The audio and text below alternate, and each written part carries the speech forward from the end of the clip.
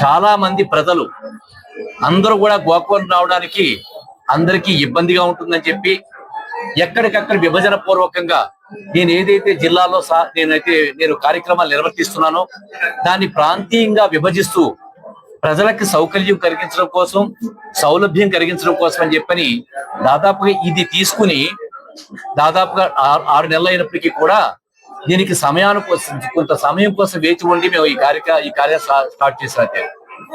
అయితే అదృష్టవశాత్తు శ్రీవల్లి దేవసేన సమేత మయూర వాహనుడైన సుబ్రహ్మణ్యేశ్వర స్వామి వారి ఆశీర్వాదంతో నిన్నటి రోజున మనం సుబ్రహ్మణ్య షష్ఠి ఘనంగా జరుపుకుని ఈ రోజు అప్రయత్నంగా మా కార్యకర్తలందరూ కూడా లేదండి మౌఢ్యం వస్తుంది, మనం స్టార్ట్ చేయకపోతే ఇంకో 3 నెలల పాటు ఆగిపోతామని చెప్పని చాలా పట్టుదలగా ఈ రోజుని అప్పటికప్పుడు నిర్ణయం తీసుకుని చాలా వైభవంగా చేద్దామనుకున్నాను. కానీ అప్పటికప్పుడు నిర్ణయం తీసుకుని చేస్తుంటే కూడా ప్రజాభిప్రాయం అలాగే ప్రజాభిమానం కూడా ఇంత విస్తృతంగా ఉండడం అనేది నాకు చాలా సంతోషంగా ఉంది. ఇదే విధంగా ఎక్కడైతే మనకి ప్రముఖమైన కార్యాలయాలు అవసరం అవుతాయో రామసేన తరపు నుంచి కానీ అలాగే అధిష్టానం ఆదేశించినట్లయితే వీటినే భారతీయ జనతా పార్టీ కార్యాలయాలుగా మార్చడానికి కూడా నాకు ఎటువంటి సంకోచం లేదు. అయితే భారతీయ జనతా పార్టీ అధిష్టానం ఆదేశించవలసిన అవసరం ఉంది ఇక్కడ. ఎందుకంటే ఈ ప్రాంతంలో ఉండే భారతీయ జనతా పార్టీ ప్రముఖులు ఎవరైతే ఉన్నారో వాళ్ళు ఎవరైతే అధినాయకులు ఉన్నారో వాళ్ళతో పాటు కలిసిమెలిసి ఉంటూ వాళ్ళ ఆదేశాల మేరకు మేము ఈ కార్యక్రమాన్ని బీజేపీ కార్యక్రమంగా మారుస్తాం. ప్రజాసేవకైతే మాత్రం గోకవరం రావాల్సిన అవసరం లేకుండా ఇక్కడ వారానికి 2 రోజులు రావడం కానీ అవసరాన్ని బట్టి వెంటనే రావాల్సిన అవసరం ఉంటే వెంటనే రావడానికి కానీ ఈ కార్యాలయాన్ని ఉపయోగించడం జరుగుతుంది.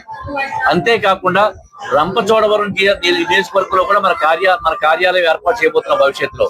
అలాగే ఇక్కడ కూడా రాజానగరం అయితే రాజానగరం, సీతానగరం అవసరం సీతానగరం, శ్రీరంగపట్నంలో కూడా చాలా మంది భక్తి ప్రాధాన్యత కలిగిన గ్రామం. అలాగే మా నీలకంఠం వాడు ఇక్కడ ఉన్నాడా నీలకంఠం, మాకు చాలా భక్తి ప్రాధాన్యత కలిగిన ఊరది శ్రీరంగపట్నం.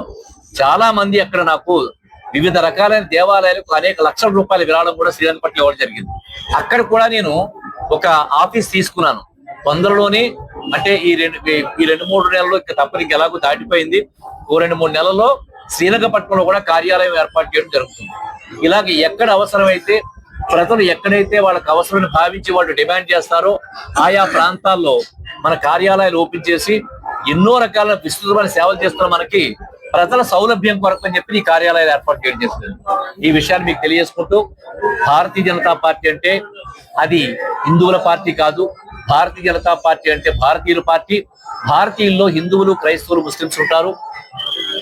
ఈ విషయాన్ని నరేంద్ర మోడీ గారిని స్ఫూర్తిగా తీసుకుని రామసేనను ఇంత విస్తృతంగా చేస్తున్న తరుణంలో మనకి సూర్యనారాయణరాజు గారు కాకినాడ నుంచి వచ్చి నేను చేస్తున్న కార్యక్రమాలు చూసి మీలాంటి వాడు భారతీయ జనతా పార్టీకి వస్తే ఎంతో చాలా బాగుంటుందని చెప్పి ఆయన ఆహ్వానించిన మీద నేను భారతీయ జనతా పార్టీ రావడమే కాకుండా స్వయంగా కూడా నాకు నరేంద్ర మోడీ గారు కానీ యోగి ఆదిత్యనాథ్ గారు అంటే చాలా ఇష్టం కాబట్టి వారి ఆశయాలను నేను చాలా స్ఫూర్తిదాయకంగా భావిస్తాను కాబట్టి నేను భారతీయ జనతా పార్టీలో కొనసాగుతూ సామాన్య కార్యకర్తగా ఎన్నో కార్యక్రమాలు చేస్తున్నాను.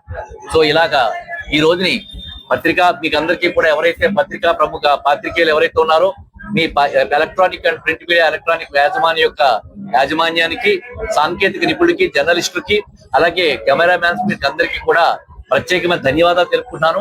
ముఖ్యంగా మాకు ఈ ప్రాంతంలో ఉండే ఎస్ఐ గారు నాగార్జున గారు కానీ, సిఏ గారు కిషోర్ గారు కానీ, అలాగే మనకి శ్రీకాంత్ గారు డిఎస్పీ శ్రీకాంత్ గారు కానీ, అలాగే ఎస్పీ గారు మన కిషోర్ శివం గారు కానీ వీరికి ఎప్పుడు కూడా మాకు అవసరమైన మేరకు ధర్మానికి సపోర్ట్ చేయడం అనేది ఇక్కడే చూసావా సార్.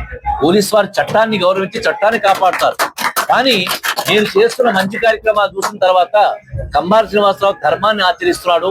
ఆ ధర్మం ఆచరించే వ్యక్తికి ఎవరు ఎటువంటి ఇబ్బంది కలగ చేయకూడదని చెప్పని ఆదేశాలు ఇస్తూ మమ్మల్ని కాపాడుకుంటూ వస్తున్నది చరిత్రలో ఇదే మొదటిసారి.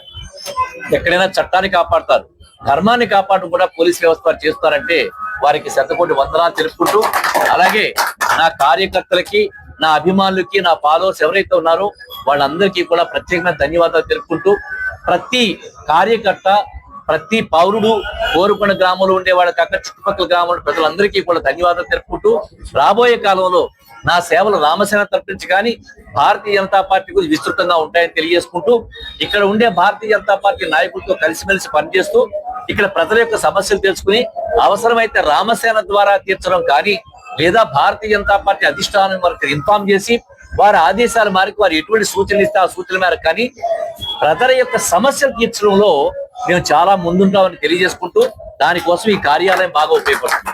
ఎందుకనంటే మాకు ఇక్కడ కనుపూర్ నుంచి అన్నం చల్లారావు గారు కానీ అలాగే మాకు నర్సాపురం నుంచి సత్యనారాయణ గారు రాయపాటి సత్యనారాయణ గారు కానీ అలాగే మనకి పుల్లెప్ కుటుంబం కానీ చొంగావారి కుటుంబం కానీ ఇలా పెద్ద పెద్ద కుటుంబాలన్నీ కూడా ఉన్నాయి.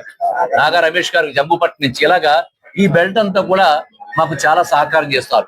వీళ్ళందరూ కూడా అలాగే కోరుకు నుంచి చలం గారు ఇంకా ప్రముఖులు చాలా మంది ఉన్నారు చెప్పడానికి జాజులు వీళ్ళందరూ ఉన్నారు. అవన్నీ చెప్పడానికి ఇక్కడ టైం సరిపోతుంది.